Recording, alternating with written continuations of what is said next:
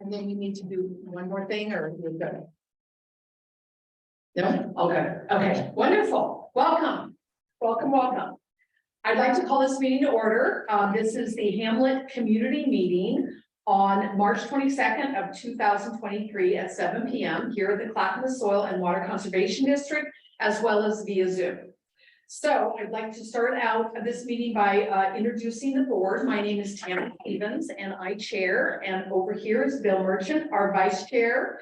And we have 4 or 5 directors at large. We have Mark Hilliard, Kenny Cernak, Joe Matteo, Rachel Ring.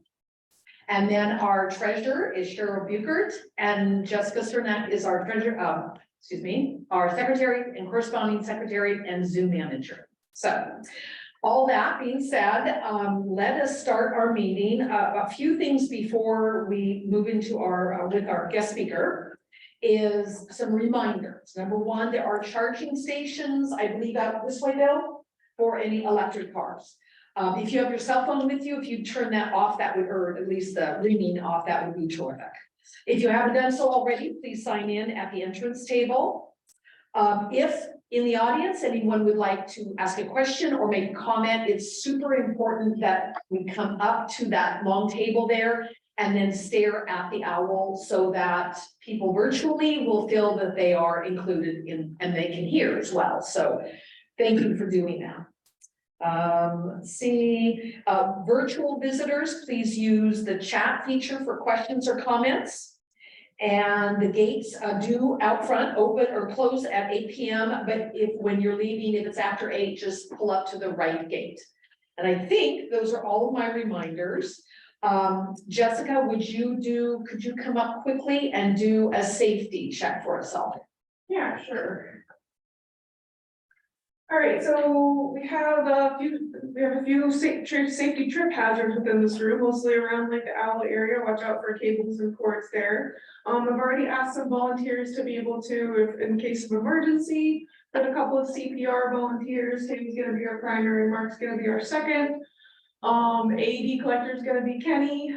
911 caller is gonna be Rachel, and I will be directing EMS to this location. If we need to congregate in the case of a fire and emergency, out towards the entrance gate, off to the west side of the entrance gate. So make sure that we're out of the way of EMS vehicles as they're coming through.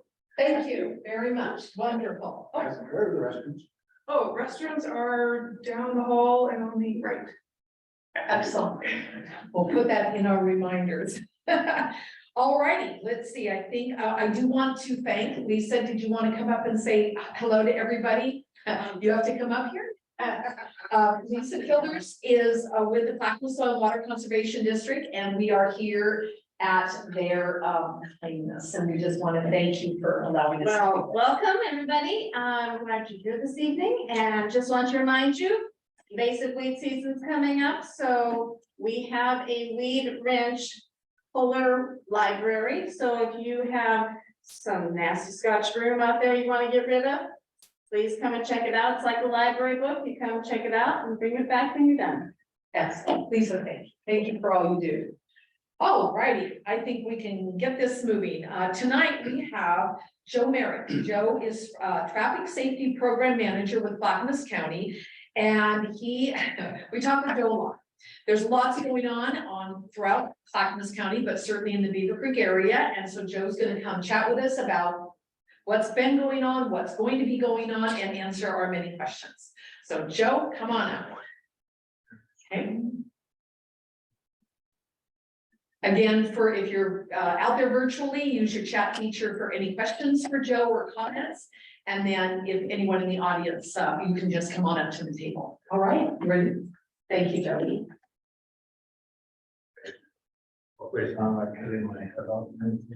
You remember to talk to the owl. Oh, yes. All right, good evening, everybody. My name is Joe Merrick. I'm the Traffic Safety Program Manager with Clackamas County, and I wanted to provide an update on traffic safety projects actually in the very broad Beavercreek area, like more broader than the Beavercreek area. So let's see if we can There we go. So what I want to go over today is just some of the safety work that we're doing at the county, and then talk about some intersections, Beavercreek and Camera, other signing improvements on Beavercreek Road, some projects we have on Redland Road, Knightsbridge Road, Canby Markham Highway, Central Point New Era, and then I also want to talk about the safe systems approach. And all right, so first reminder, we do have, and visually, is everything looking okay? Yes. Okay, so we do have a Drive to Zero Safety Action Plan that's been adopted by our Board of County Commissioners. That plan calls for elimination of fatal and serious injury crashes by 2035, which isn't very far off. So we have a lot of work to do to achieve that goal. So the safety work is extremely important to my team, and obviously our goal is to make sure everybody gets home safe to their families every night. Reminder that we do have our traffic counts online. So if you're wondering about how much traffic is on a road, you can either just search for Clackamas County traffic counts and you'll get up this webpage, and you can basically click on any of the icons and you'll see the history of counts that we have. We have counts posted from 2002 through, actually, I think 2021. This is the older image. And so that's available to the public. So encourage people, if you're wondering how many cars go down that road. It's a way to do it.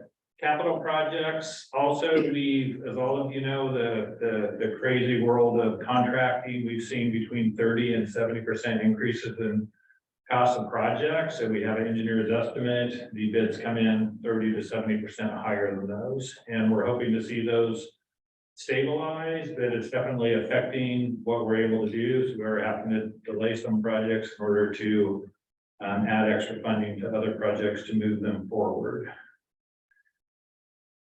About 2 years ago now, we purchased and also if you have questions, just raise your hand at any time. About 2 years ago, we purchased a traffic safety software package called Vision Zero Suite, because we were looking for some easier ways to do safety assessments on our county roadway system. And some of the really common questions we want to answer is, how much safety is enough on a road? Are the number of crashes on this road more than there should be on this road? If we make changes, what can we expect those changes to do? How much will they affect crashes? How much investment should we make? How much investment can we make? How do we get the best bang for our buck?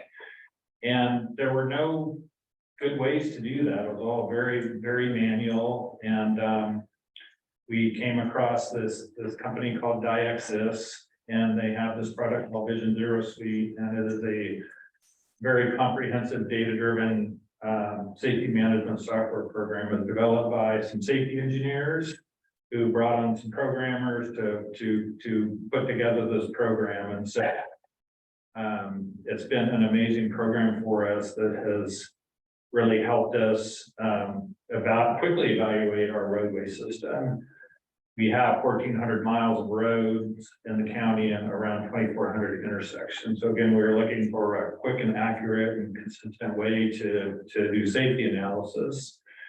And since we've had that software package, we've been able to look at, right now, all our arterials and collector roads, some of our intersections, look at the safety needs and begin to plan for projects that eventually we will build. And the really good thing about this program, you can drill down into the data so much you can really begin to figure out, we have these types of crashes and we can use this countermeasure. And oftentimes the countermeasures are pretty low cost.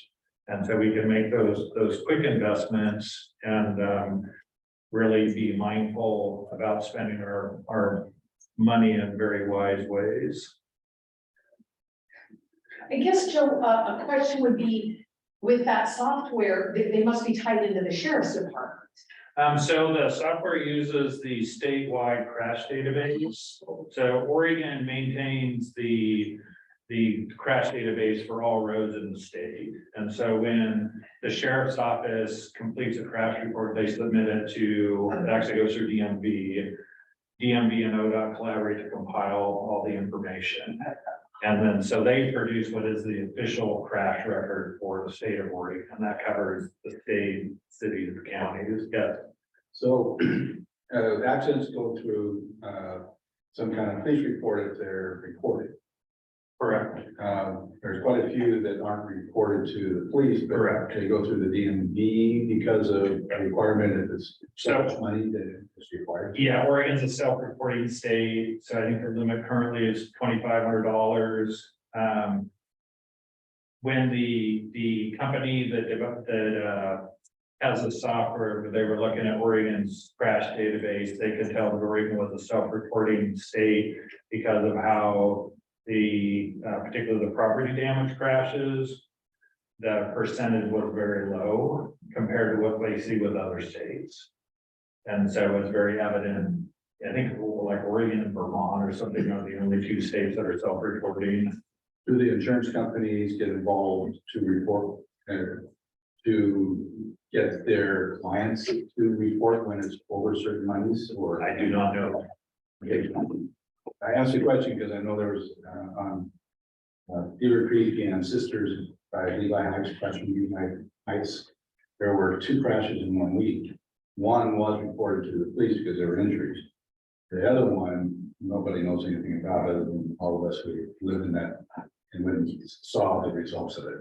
So I was wondering if there was a tie-in from insurance companies and the people who own the vehicles to get reported to the. Well, by law, if you have more than $2,500 of damage, you're required to submit a crash report. All parties involved are, and then DMV takes the different records and reconciles it to form the one final crash record. And so they'll literally take, if there were 2 people involved in a crash, they'll look at both crash reports that come in, and then they'll check everything for accuracy and then create the final crash report. The ODOT database is pretty interesting. You know, each crash is represented by about 120 columns that have different attributes of the crash, the direction the vehicle was going, the time of day, the road conditions, if there was an offense, what the offense was, what the error was. So there's a whole plethora of information in that database. Another thing the county's been doing is we've been doing a lot of signing work around the county over the last about 4 or 5 years. We've invested, I think, close to $4 million, particularly in upgrading curb warning signs and advanced intersection warning signs. Yes.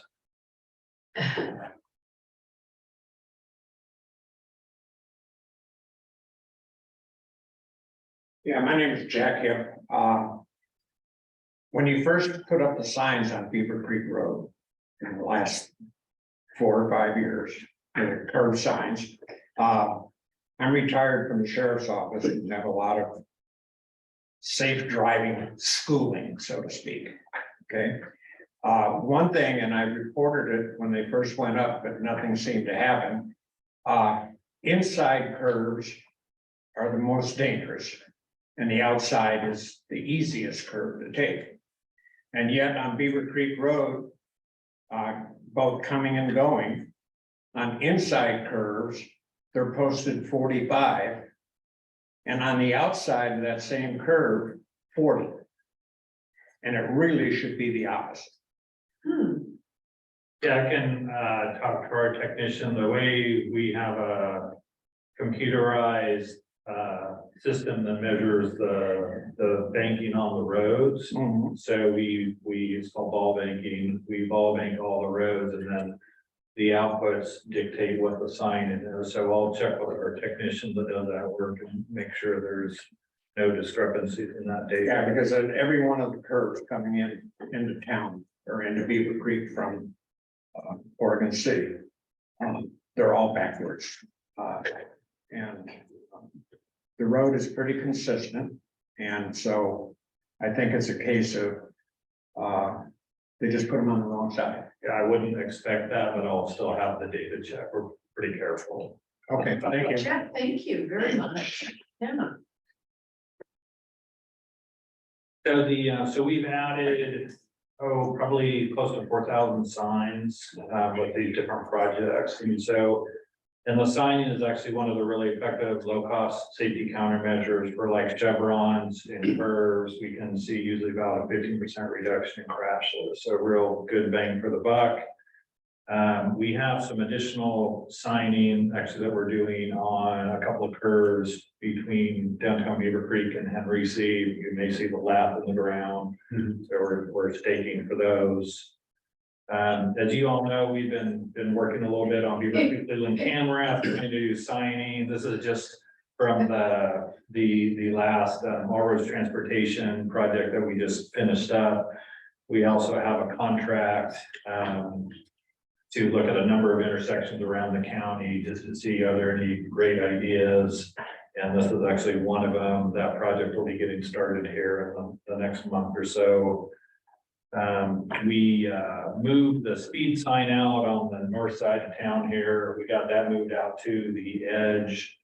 Luckily, our speed zone order, the sign was actually set further in than it needed to be, and so we were able to move it out to the edge of that subdivision and still be in compliance with the speed zone order.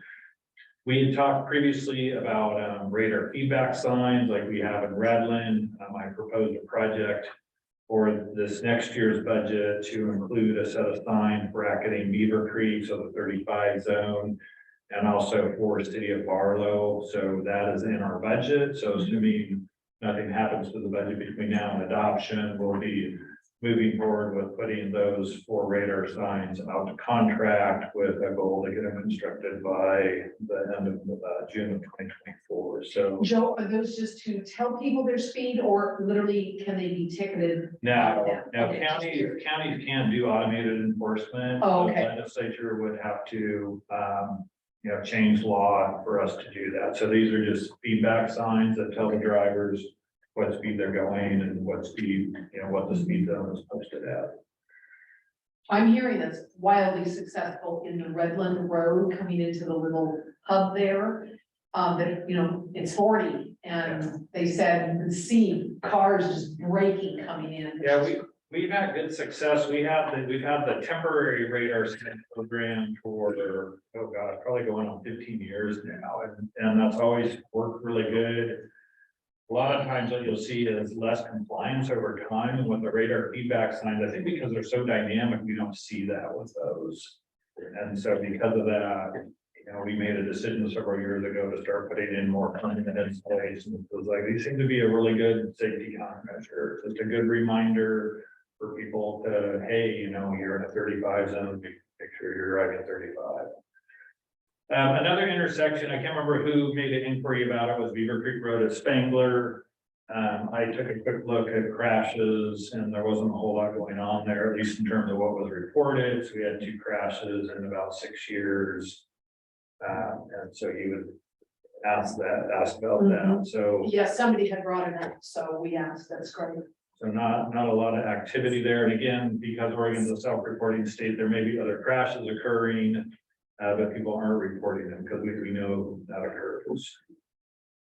I talked about Beavercreek Road, and these are actually just some image clips from the software where they show the crashes on the road, and then each one is identified in terms of what kind of crash it is. So it gives us really good guidance. We can look through and say, oh, they're driving off the road here. They're driving off the road. Oh, they're driving off the road here. What's going on? Questions on Beavercreek Road stuff before I move on to a little bit further out? All right, Redland Ferguson and Redland Bradley. This is a terrible image. I apologize, but we're putting in turn lanes, left turn lanes on Redland Road at both Ferguson and Bradley. Construction, I believe, starts this year on that project. And so, so that will be a good improvement that we wanted to build for quite some time, so it's great that we have money to do that. So that project will be getting underway. One of the intersections that we're going to be looking at with that intersection study I mentioned is the intersection of Redland and Holly Lane. And it's not Holly Land. We know there's going to be a 4th leg of Holly Lane eventually that will go up into the Park Place area. And so we're working with Oregon City to figure out what's the traffic control we ultimately want to do. We want to try to put in a roundabout there? Do we want to put in a traffic signal? What do we do with that pesky little bridge that's down there because it's so close to the intersection? So we're going to be looking looking at that here in the coming months, working with Oregon City. There's no funding at this time, but we're expecting that probably that will be largely developer funded when that property begins to develop. Joe, Yeah, the bridge down at the bottom over, Beavercreek. yeah. I thought that was scheduled for replacement. Is that not true? Oh, gosh. You might be right. I don't remember. I thought it was scheduled for replacement. I think you're Relatively right. I think you actually might be right. I think we had talked about possibly shifting some funds from that, because we're also trying to get full run bridge replaced. But, yeah, you know, Mike Besner is the bridge guy, so. Yes, is the bridge guy. But yeah, I think you're right, but, anyway, so we're trying to figure out ultimately what to do with their, you travel out in Canby area on Canby Markham Highway, Lone Elder, we're putting in a westbound left turn lane there for people that are mostly going down Lone Elder to get down to Aurora. A lot of crashes there, and actually in that area, we're also looking at doing some other signing that section between Maxburg and Lone Elder. Again, with this new software, I'm really diving into looking at how the people are not staying on the road. And so we have some, we're gonna do some enhanced signing down in there. There's a series of like 3 curves. And there's one of the curves that's just slightly sharper than the others, and people don't seem to do a very good job navigating it. And so we're gonna try to add some more signing to that to help that situation. Knight's Bridge over the Malala River, we have some scour work we're doing, some reinforcing of the bridge and some seismic retrofitting. We were hoping to get started on that this year, but due to permitting issues, that will be delayed until next year. And so there is a weight restriction on that bridge, which I think will probably go away once this work is done. Central Point New Era, for those of you who haven't driven through it, I've got a picture of what it used to look like and what it looks like now. We realigned it so that as you come up to the intersection, you're not trying to look through the 8-pillar of your car to see, particularly if you're going south. And to the best of my knowledge, it's performing well. I've not heard too much about it, so I think drivers are doing okay navigating it. So that was another great project that we did that was a long time on our books, that fortunate to have been able to fund. So questions about other road projects before I move into some more general. I do believe, Safety. Joe, you brought up several times the roundabout there at Oliver and 213. Oh, that it's happening? Yes, Yeah. That's probably an ODOT. Yeah, That's Yeah. it, Doc. it's happening, and actually there's also a roundabout proposed at 211 and 224. And we're probably gonna be building a roundabout, and we are gonna be building a roundabout at Highway 224 in Amsterdam. So some more projects out towards between Barton and Boring. But yes, Oliver's happening. I should be on ODOT's Region 1 website. And I don't remember the timing of the project, but I believe it is happening still. So I know that the time frame for delivering projects it's really long. So that's the nature of. Well, the delivering big expense of projects. things, you can see why. Yeah. So the next thing I want to talk about, and I'm assuming, are we doing okay for time? Absolutely. Is the USDOT issued a new report outlining some of their goals for safety, and they've embraced this concept of a safe system approach, which is kind of taking safety and making it very, very holistic and really looking at more than just the work that like I do as an engineer, but really looking at the people component, how all of us play a part of using this shared space so everybody can get home safely to their families every night. And really, when you think about what happens on the road, we go into this shared public right of way. And I might be riding my motorcycle, I might be riding my bike, I might be driving my car or my truck. And other people are doing the same, and we all rely on one another to be on their A game, right? You know, we want to go down the road and we want to make sure they stay on their side and we stay on our side. And we travel the speed and we look out for the little kids crossing the roads and all that. And so, it takes a lot of effort, and there's also a lot of safety systems in there. You know, if you're feeling really poorly and you've been taking a bunch of medication, you're gonna hope that your spouse says, hey, you probably shouldn't be driving today. Maybe you need to stay home from work. And so there's all these safety systems built in, and sometimes those don't work. And so we end up having crashes. You know, there's all these redundancies that may or may not be in place. And so a safe systems approach can be thought of as like having all these redundancies to help prevent crashes and help prevent damage to us. And so, so this is this broad context. These are some slides from Federal Highway Administration that I'm just gonna go through, but there's six principles of the safe systems management process. And the first is that death and serious injury is unacceptable, that humans make mistakes, and that we're vulnerable. And what we mean by vulnerable is our bodies have limits in terms of how much we can be pushed and pulled around before things break. You know, I used to do a lot of mountain bike racing, and I had my moments when I exceeded my limits and, you know, and I did things like, you know, I got hit on my bike in a race and broke 4 ribs and punctured my lung. You know, the kinetic energy was in excess of what my ribs and my lung could take. And so I got to spend a week in the hospital. And so, and responsibility is shared. So we all have a piece in the responsibility when we're using this essentially public space. And safety is proactive. You know, we don't wait for something to happen. We try to be proactive and do something before. And then this notion of redundancy is critical, you know, and whether it's as simple as I'm going to make sure my brakes work on my car before I drive it down the road. You know, I press the brake pedal once in the driveway, okay, it's working, and just little things to really big things about, you know, not letting somebody drive if they've, you know, had a little too much to drink, or there's some impairment, or they're distressed, you know, they're angry.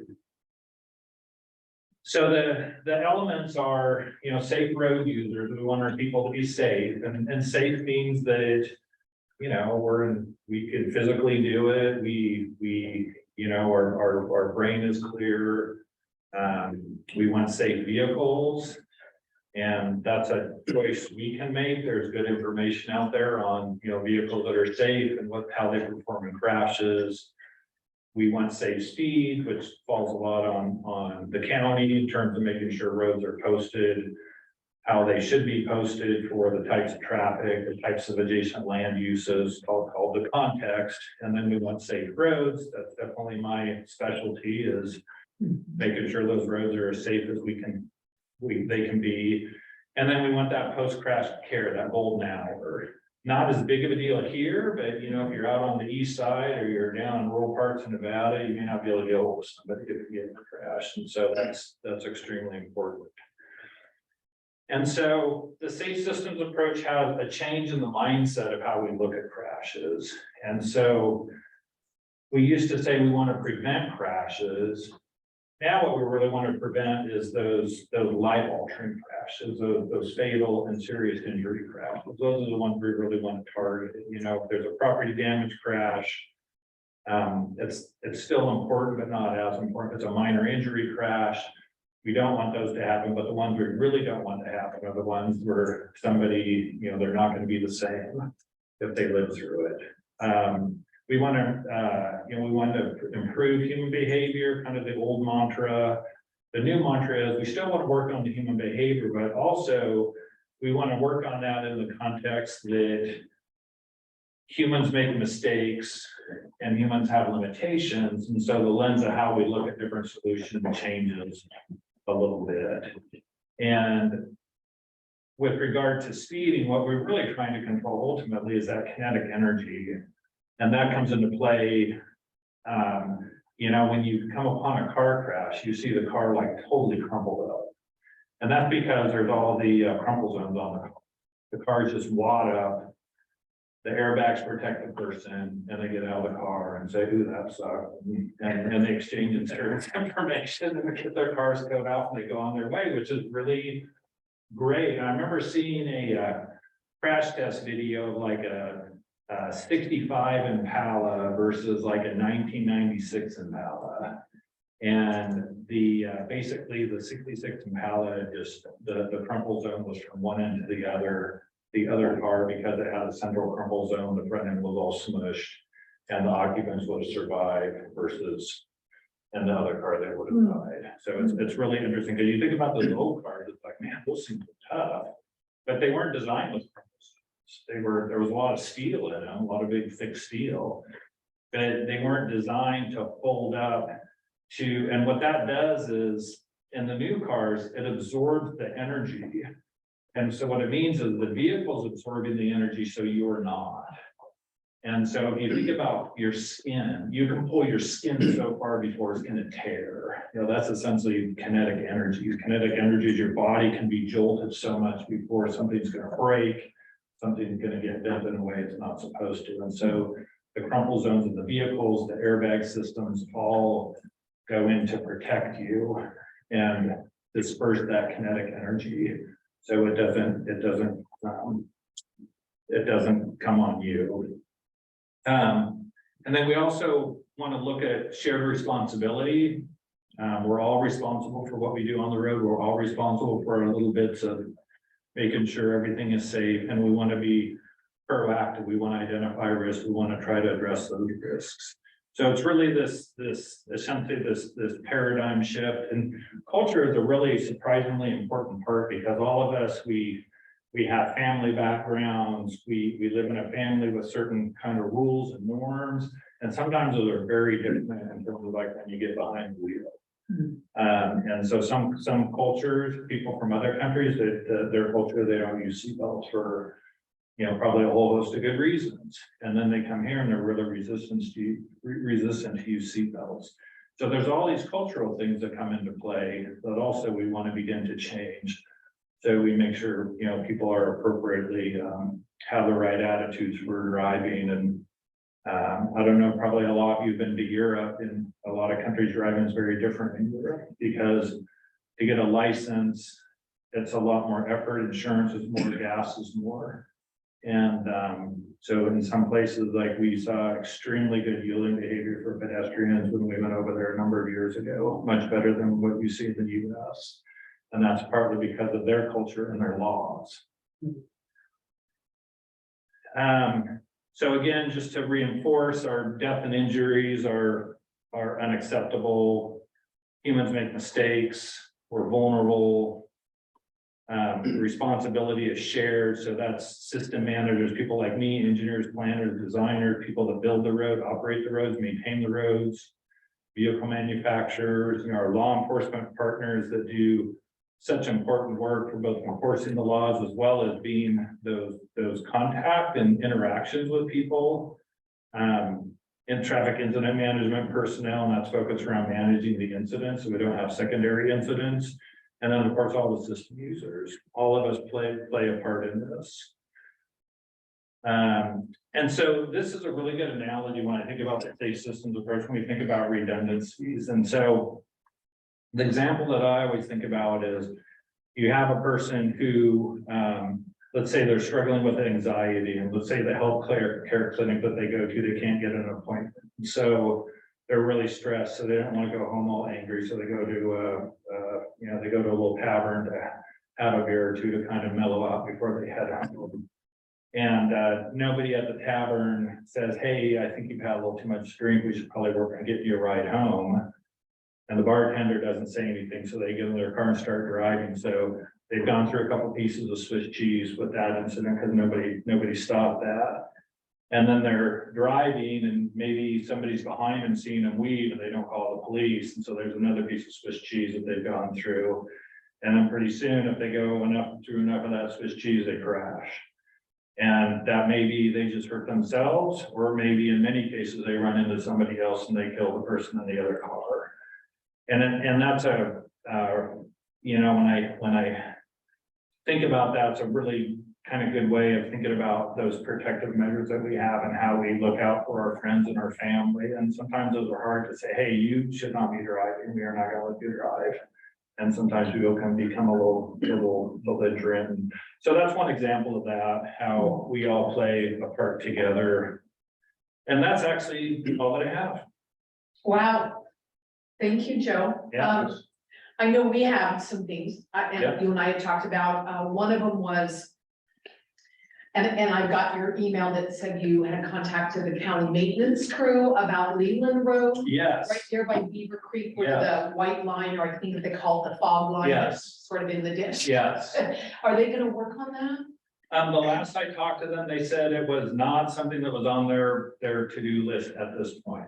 And so How do we get it on the to-do? well, I mean, they got 1,400 miles of road Yeah. to-do list. Yeah. And so when they looked at it and oh gosh, it's been a while since we had the conversation and they from a road maintenance standpoint, it wasn't a super high priority. And I asked the supervisor again about it and I can ask him again about it. Yeah, I mean, So, I get that there's a lot out there, but one of the things I would think that would really jump out is it's next to a park or an area that's used as a park, so there's people and children. But also, literally, the fog line is going, Yeah. I mean, it's in there, so no, I looked that's at just it. not, Yeah. I would think it would creep up to a little higher priority. And is there anything we could do? Maybe write a letter or? Well, I mean, you can always contact road concerns at clackamas.us. Okay, and maybe take a picture, do a, No, you can just contact and the road supervisor knows about it. So Okay. you could certainly,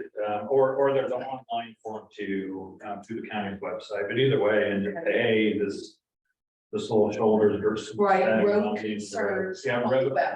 Okay. road concerns at clackamas.us. Oh, okay, yeah, I know it, okay, good. Or, no, it's posted.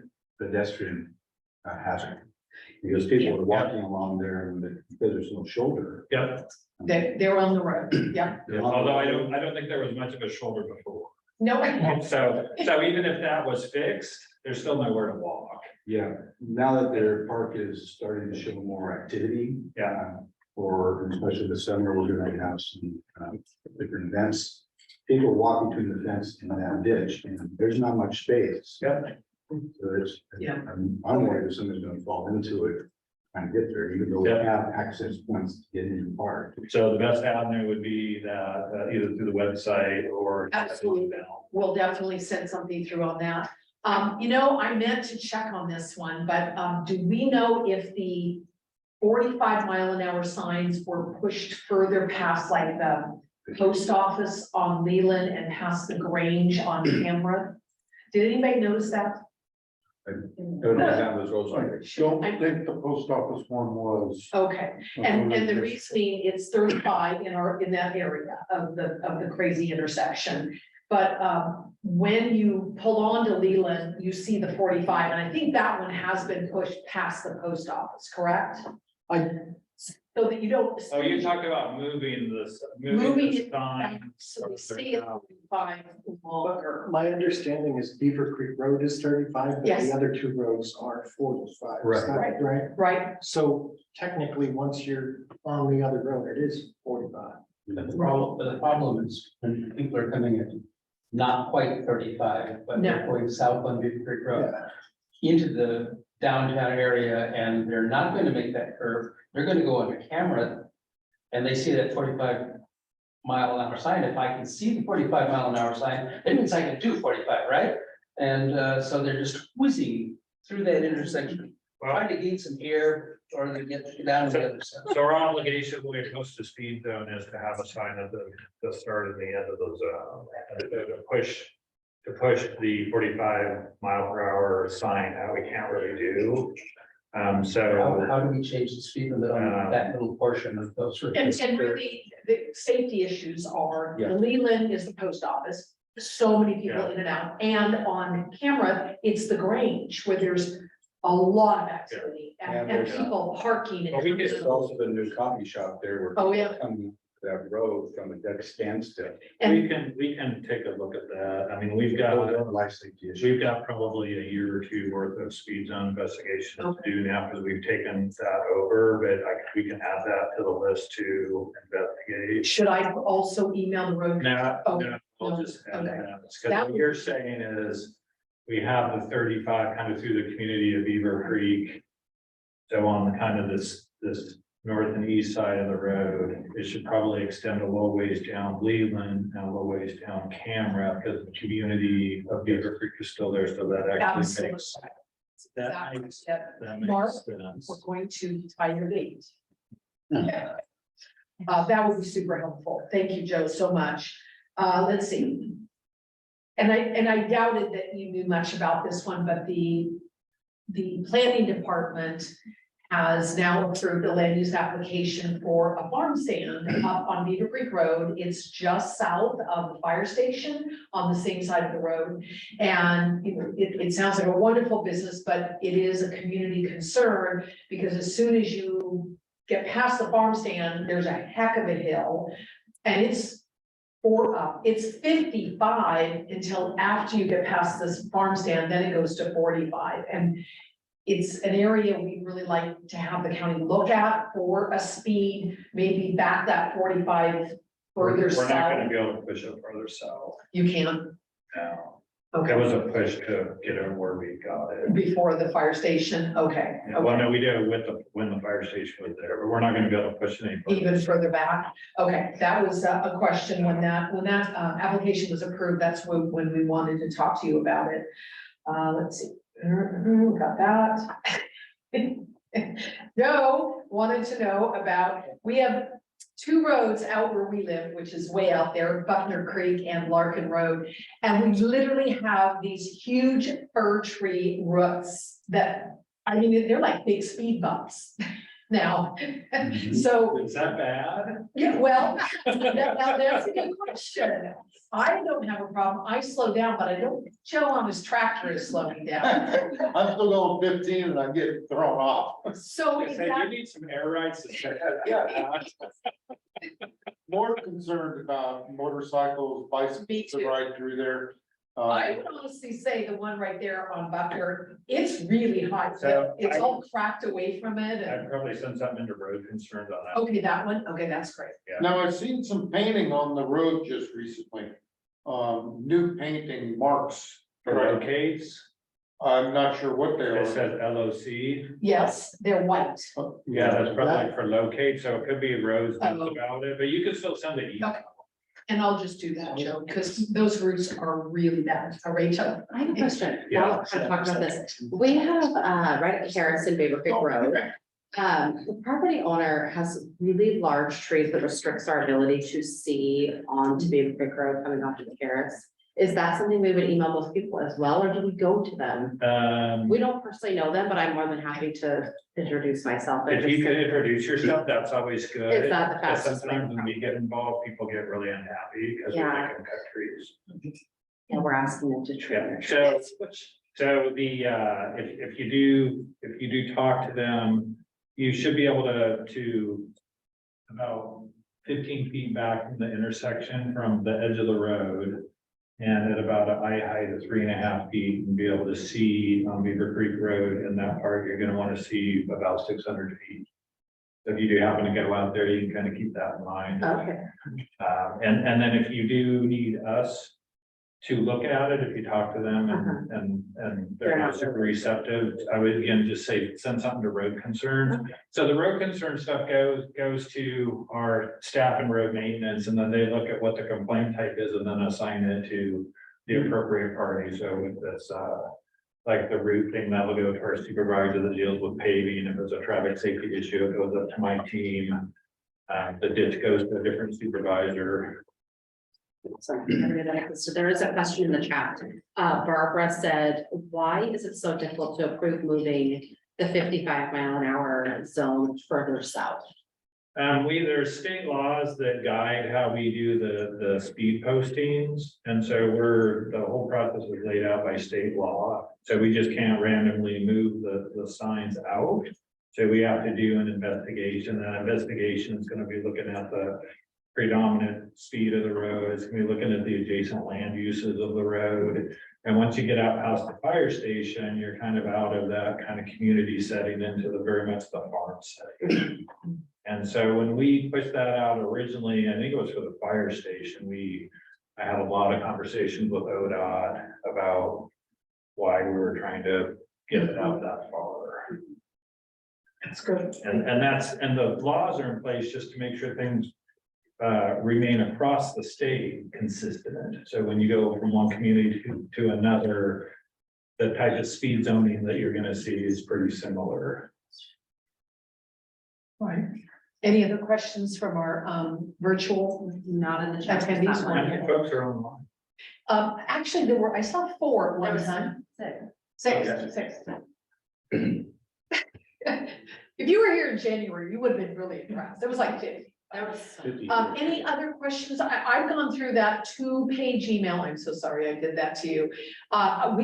You either covered and then questions covered all the topics. Anything else for Joe on? So the only other thing that, and I don't know if you want to do it here, or do it separately, but I finally did sort out the signing thing on 213. Are you talking the welcome to the Hamlet Yeah. sign? Tell me, yes. I'd Well, love to hear that. so I contacted the folks that do the community signing at ODOT, the folks that do the advertising at ODOT. So the outdoor advertising folks sent me to another set of folks that do the community signs. And in essence, what it boiled down to was the way ODOT looks at it, and the state laws are in the Hamlet doesn't meet the criteria to put a sign up on the state highway. And we had our attorneys look it over to see, is there something different we can do? And I was just talking with Mike Belzner about it today. Mhm.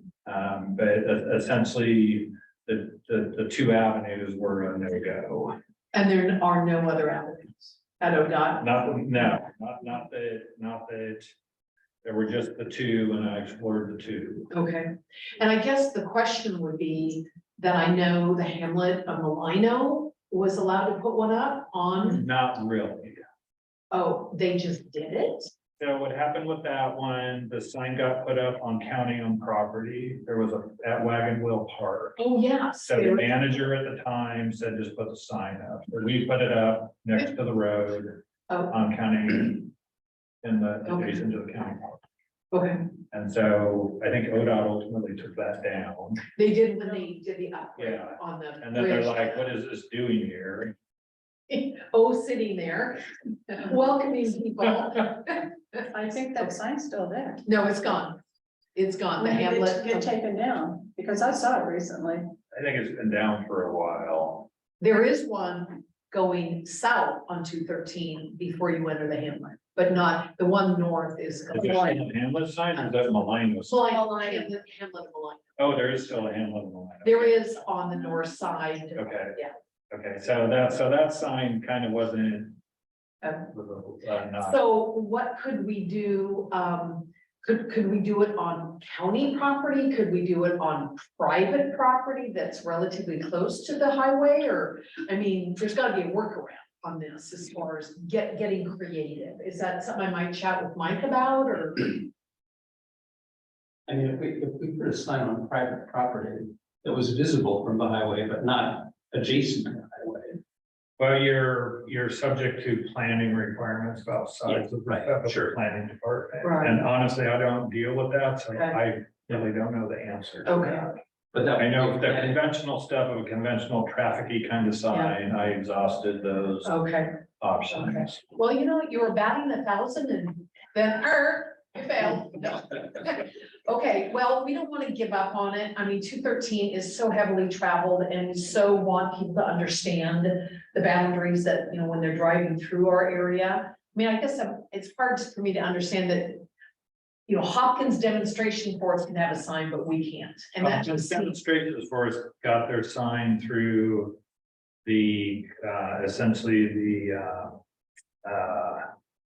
tourist, yes, thank you. it's okay. American travel experience, and so because we have signs out for like Hopkins, we have some signs out for some riding stables, winery, Right. and that's all done through on the tourism side of things through ODOT. And so ODOT approves those on the state highway, and then the county will supplement generally one sign on the county road to guide people to that destination. So if we were able to identify Beavercreek as a destination spot, then we might get closer to that type of, I'm gonna say I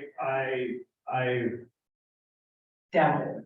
I've tugged on all We are the the, first Hamlet. all of it. Who wouldn't want to come to the first Hamlet? Okay. Thank you, Joe. Yeah. I know that you spent a lot of time on that, and Mallory too. I just Yeah. want to put that out there, has been incredibly helpful lately, helping us get through that. So, all right, we'll try and come up with another creative idea. You know, we'll be back, but thank you. Let's, thank you. Thank you so much. I really appreciate it. You heard how to get out of the gates if they're Yes. already closed. Okay, good. And. Already. Okay. Yes. No. All righty, before we move forward, are there any public comments? Any questions or comments other than items that are on the agenda? Anything Nothing from, from no, online, nothing no. from online, very good, okay. Now we're gonna move into land use applications, which this evening we have no new land use applications. We have lots and lots, if you're all looking at the agenda, of applications that came before us. We gave a lot of input, and most of them have been approved subject to conditions, so they're listed there on the agenda, tonight's agenda. The one I do want to talk about tonight is the very first one. And that's something we have brought up over the past several months, and that is the little white old Caras schoolhouse that is there on Highway 213 in Caras Road. The folks that own that building is the Canby School District, and they would like to have that building removed in order to expand their parking lot. And so they put it up for sale, and initially a family that lives off of Maxburg Road wanted to purchase it and move it to their property, and they had some different farm, stand, craft ideas that they wanted to use it for. Being a community, I was approached by many citizens super concerned, like, what if that falls through? We don't want this building demolished. And it's very old, it's historic, and it's very well made, and it's kind of cute. So anyway, several citizens and I have been working as a team to come up with a plan B, like, how would we move it? And we got, quite frankly, Terry Everett to volunteer preparing it, moving it, and setting it up on a foundation. And then where could we move it? And so we've looked at many, many pieces of property, and we have two viable options at this moment. And then how does that all happen? So again, it was a plan B, but we've been working because we were in fear that something would happen like it did yesterday. And that was that the people that are taking it have dropped out. So now it is in our community and we don't want it demolished. And so there are a lot of people that spent a lot of time on the phone today talking about what does that mean. So we're checking again with the Emirates to make sure that they're still willing to do this for us. The most viable piece of property at this moment, for several reasons, is Cindy Evans. She owns the Evans farm there in the nursery. And she has a piece of property off of Mueller Road. I believe that's right across from Kirk, is it not, Martha? Just a little bit north of it. A little bit north. And it's exclusive farm use, but she explained that it already had a historic overlay, which makes it incredibly easy to move it. Quite frankly, you don't even have to have a application filed with the county right away, saying what you want to use it for. So we're hoping her memory is correct and that's getting looked into.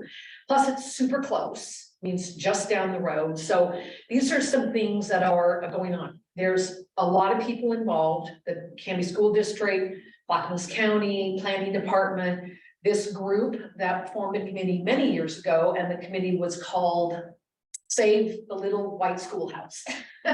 So that committee is kind of reforming. There's Well, Cindy, there's a lot of people, and the Hamlet, because it is in the Hamlet of Beavercreek. So there will have to be, I've talked to a couple different people that know things like moving buildings. In order to move this thing and to mitigate, there's a little bit of asbestos, there's a little bit of lead paint. There's probably gonna be electrical and plumbing that's gonna need to be done in order to get it to a standard that maybe the community, maybe the Oregon City Children's Theater could use it. This is gonna be easily $1 million project. There's just no question about it. But there's lots of grants out there for historic buildings. And so those are literally, as I'm speaking, being looked into what we could get done. But I can't do this. This is taking a lot of time. And so I'm gonna be asking someone or some other, 2 or 3 people to join this committee as representatives of the Hamlet. And, it doesn't have to be board. It can be some people maybe out there virtually that would like to do this. I know Claire Kellogg is a historian. She really enjoys that kind of thing. There's, so I need some volunteers to be a part of this committee because it's a little more time that I can donate to it. I would like to attend and be a part of it as I can find time. But this is going down the tracks at a very rapid pace and it's a big train. So any comments or questions? I think I've told you everything I know. You write that down so we can get something on Facebook and on the website, so that we can let the people who aren't at this meeting know about that. Yes, We might get a lot of. we will be talking media, not just for raising funds, but to get everybody aware. The second property, kind of in the second position, if it doesn't work out with the Evans, is the Snyders. The big Christmas tree farm, just kitty corner from the school building. They're willing, but not eagerly, because it would take a lot. And so it would be behind their buildings that you see with all the Christmas trees, and the ingress egress would be off of Carrots Road. Yes, Is that great the job. Kirk farm right there? The Kirk Farm, exactly. Yep. All right, that's what I know, trying to keep you apprised, but I sure hope I hear from some volunteers here in the coming week. That would be most wonderful. Next on our agenda is our treasurer's report. Cheryl, do you have anything to add to that report? I do not have anything to add. Okay, any questions? All righty, let's move on then to Bill is the chair of the Beavercreek Cooperative Telephone Board, and we usually ask him to give us an update on what's going on at BCT. We're still alive and we're still going strong. We made an application for a large loan as part of all of the infrastructure money that you've heard about and broadband expansion that you've heard about. We've made an application for a loan to get some of that money to bring fiber to the home for everybody in Beavercreek. We haven't heard about that yet. We hope to hear about it next month. Oh, we don't know. But we're, with all of the money that's coming out of Washington, DC for infrastructure, we're hoping that we get some of it. So that's about the main thing that I have to say. If anybody has any questions, I'll be glad to answer them as much as I can. Wonderful. Thank you, Bill, very, very much. Mark or Bill, any big transfer? I mean, with Joe Merrick being here, I think he probably took any thoughts out of, or comments you might make, but is there any additional transportation comments you'd like to make? The Community Road Fund Advisory Committee is going to be meeting next week to talk about other kinds of improvements and things. And some of the things that Joe Merrick was talking about, like the roundabout there at Amsinger on, do you call that's And the road advisory fund, that's the $30 per, that's okay. The world pay. the advisory fund. We advise the county on where that money that's been being collected should be spent. Mhm. And as certainly have gotten an idea from Joe, it takes a long time to do transportation and money's coming in, but it's also going out, and it takes a long time to plan anything and to get to the end point where we have a new intersection or a new anything takes a long time. So yes, that's the money that the county is now collecting. It's really our only source of transportation funding other than state funding that we get, because we don't have any We can't use our property taxes for our transportation, so this is the only source for transportation funding. Yes. Very good. Thank you, Bill. Anything, Mark? Nothing. Okay, thank you. All right, let's move on then. Actually, let's see, transportation, Clackamas Soil and Water Conservation District, we did hear from Lisa earlier, but both Jessica and Joe attend their board meetings. Do either of you have anything you'd like to report this month? I attended the meeting yesterday. I think you did virtually, I did in person. They are working on still hiring people. They hired 2 new people for the invasive plant management system or stuff. Their rental equipment, they're gonna be raising the prices on pretty much everything they rent out by about $25 per item, more than what it has been. Should be showing up in their website here pretty soon. It hasn't gone up in quite a while, quite a number of years, so they're concerned about the repairs to it and being able to upgrade it. They And are- what kind of things do they rent? Can you They- share a couple items? They've Joe? got a couple seed drills, they are buying a trailer that they're gonna be able to rent. And one of the seed drills is a big one that takes a bigger tractor to tow, so that would be able to be loaded on that trailer. Then the other one, you can use a small tractor, 20-something horsepower, from what I understand. They have a box scraper, and there's a couple other items on there. There's not a lot right now. But they are looking at expanding it. They're looking at another seed drill actually. Because the one that they have right now has a current waiting list of 15 people for the big drill. The little drill doesn't. It's available. In the past, for weekends, they would rent it out to you on Friday for 1 day. And you could return it Monday and not pay for the weekend. That's changing, where you're gonna pay for every day now. Will they have people here on the weekend to receive it? Probably not. So, That's gonna be a conflict. yeah, it's gonna be more that you have to plan. Like check it out first thing Friday morning and then get the thing back Friday before closing time. Or pay for Saturday and Yeah, Sunday? or maybe the Yeah. weekend. Okay. They are as she talked about earlier, they are looking at updating their owl system. They're concerned with this for people hearing other places, and they're gonna use this in their small rooms. This is not compatible for a big space. They've had a number of problems with it. And I did want to mention that Lisa reached out to us because eventually we'll be moving the hybrid meeting to the Grange. And they said, please borrow this, take it there, see if it works before we buy anything. It's such a wonderful offer. So I think we'll be taking them up on that. But thank you, Joe. Keep going. They run out of office space, so they're looking at doing some additions in their shop, putting some offices out there. Their security system that I talked about in the past, they can't, if they upgrade this current system, it's through Johnson Controls, and it's gonna cost them like 20 grand to upgrade it. They've already been talking, or to add a couple cameras, so they've already been talking to other people about just replacing the system for less.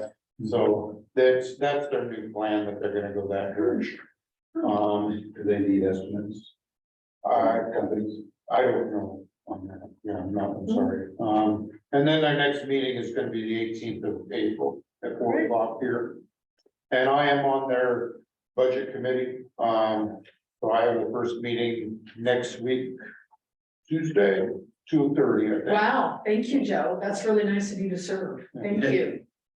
Right, anything to add, Jessica? No, we did a great job. Right.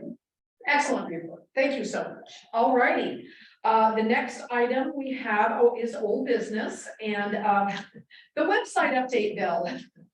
I did come up with an idea. I know, Bill. Here's an idea I came up with the other day. What about contacting, for anyone that's listening virtually, Bill is updating the website, but it's super focused around software called WordPress. And none of us are experts, and so we don't know what we're doing. What about contacting Clackamas Community College and see at an affordable price if we could hire a student that knows it? Yeah? Interesting idea. It'd be community service, we might be super affordable and available. There's the magic word, available to Bill. So I don't know who you call, but I just started on the general. Mhm. Anyway, any progress? Slow progress. Slow progress. And as anybody who looked at the website has recognized, I have put the agendas and everything right there on the front page. So anything that's really vital is there, our agendas are there, you know. I would like this to be a lot more than it is now, and we're working on that. But right now, we're still taking care of the vital business on the front page. Excellent. Thank you, Bill, so much. Okay. New business, the 10 o'clock church will be having an Earth Festival is what they're calling it. It's May 20th from 9 in the morning till 4 in the afternoon. I do believe a couple of our board members are going to be attending.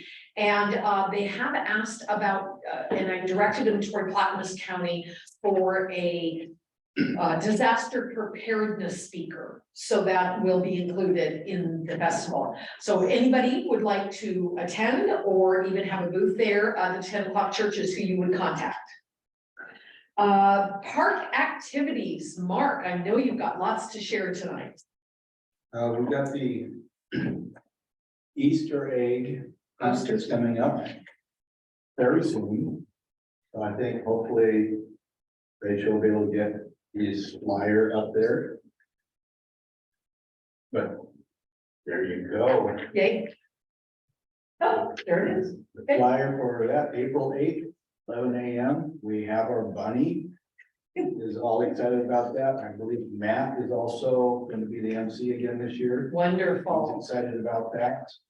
And we're in the planning stages. We're anticipating that there will be more people than there were last year. So we're trying to forecast the crowd and see how we can manage it and everybody to have fun. Excellent. So we're already doing that. Also with that is there's another flyer that is the Easter baskets raffle. And there are some awesome baskets out there that are now sitting at Kissing Kate's. You're up to what, like 6 or 7 now? How many we've got? 5 for sure. Five, sure. Okay, And one more for sure. okay, great, for sure, 5. For sure 5, one more, so 6. There are some very interesting baskets right now. I know some of us are going to be jiving for how many tickets we're gonna buy. Because there are some good baskets. And they're $1 a ticket unless you buy 6. $5 worth and you get 6. Yep. Or if you buy $20 worth, you get a lot and you probably will win. So that's my money. But yes, there's some really, Patrick Whitmore did a basket and there's one actually from the, what do you call that? Not a brewery, but a distillery on 213. That would be a very popular basket, I think, because they did some fun things. Yeah, so we're getting more people and more entities in the community to be involved. So that's Right. also exciting. So it's a saloon doing fundraising for the Easter and the park. We're using them as a hub, yes, Yes, perfect. Thank you. for that part. So we also, on April 3rd, for those who are interested, there's going to be an egg stuffing event that the Kissing Kate's is going to be hosting. So all those little Easter eggs need to have stuff put in them. We have different sizes for the different youth and for golden ones and so forth. And what is the day and time? It is April 3rd.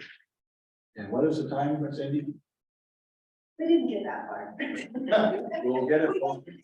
Monday night, At the saloon? just like we did the Yes. Christmas stuff. Excellent. Okay, at the saloon and egg stuffing. So maybe that could hit our social media. Yes. Excellent. That would be cool. It was very fun to do the Christmas stockings and I definitely would like to do the egg. So we want to do the same kind of idea with the egg stuffing is we're going to have a lot more eggs. Mhm. So it's going to take more person power in order to get that. So it's a good time for everybody to get together. They're going to have fondue. Oh, the Kissing Kate's provides fondue and beverages for Yes. us little worker bees. Great. So, and also anybody who has candy or other stuffings that can be donated for this cause and drop that off at the saloon. Excellent. Now, what about last year? You could go online and I'm trying to think how that worked. People went online and chose things that they liked and then it arrived. I know like Melissa Logan, We set up an Amazon wish list for the Christmas stuff. Christmas. yes, that was it. Okay, is there an Amazon wish list for, not for this one? Okay, but if people have anything they'd like to donate, drop it off at the saloon. Yes. Beautiful, okay. Okay, and then we have a public announcement that the saloon will be closed this coming Monday, Tuesday, and Wednesday. They have had some major leaks in roofing that's affecting both the kitchen and where the patrons are sitting. So they're gonna close to get all that accomplished. So public announcement there. Okay. Which dates was that? Tuesday, Monday, Tuesday, and Wednesday this coming. Okay. So We should pop get that that Tuesday. on our social media. Let's Yes. get Diana Kreitz involved in that. Okay, cool. All right, good. Okay, so that is the stuff that's happening up front. The covers for the sign should have Friday or Monday, so we can start getting that up. For the reader board, Yes, right? so we will have to do some planning. Bill brought up a good point about having those during summertime with the sun. We want to be able to make sure that's not affected. Right. But we still want it during the spring storms and want to try and protect those letters. Mm-hmm. So it'll take a little logistics, but I'd rather save letters and not have to pick them up all over creation. Right, definitely. Thank you, Mark. And Cindy, thank you so much for your efforts. This is great. Also moving forward with, working with Matt and with, Jake.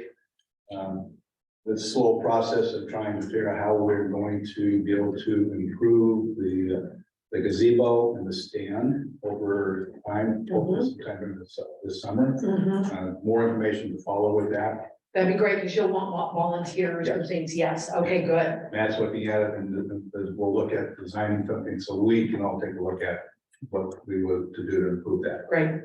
And then I'm also now starting to, this coming week, starting to collect things like conduit pipes and so on. So we talked about improving the electrical throughout the system, getting to the gazebo from the breaker is. Right. Warren out 40 amp breaker. So we'll upgrade that. Getting donations coming. Okay, and we definitely have some conduit and stuff. So, okay, great. We'll Excellent. It's gonna be a busy year. It will be a busy year. So we're, the subcommittee for the community park is starting to put that together, but we'll also need volunteers to get on this going. Perfect. And we'll try in the next few couple months to get all that put into it, so we can have the social media to volunteers. Perfect. Thank you. Thank you again. Excellent. Wow, it's going to be a great year. All right, next item, actually, I added a new business item because it just came to me. This is from the Hopkins Demonstration Force out there off of Spangler Road. The new Forestry and Natural Resources Outreach Center will be dedicated during an open house event on Sunday, April 2nd at the Hopkins Demonstration Forest. The open house is from 2 to 4 in the afternoon with a public dedication for the center at 3 p.m. Everyone is invited. So I will definitely get that to Diana for our social media as well. Okay, other business, the Grange, of course, will be having breakfast on April 1st from 8 to 11. And the Planning Commission has just been inactive, so I don't have anything to report there. Is there anything from our virtual observers, anything here? All right, well, I think, one moment. I'm going to adjourn the meeting at 8:14. Thank you all for coming. You want to say anything about upcoming meetings on the 26th?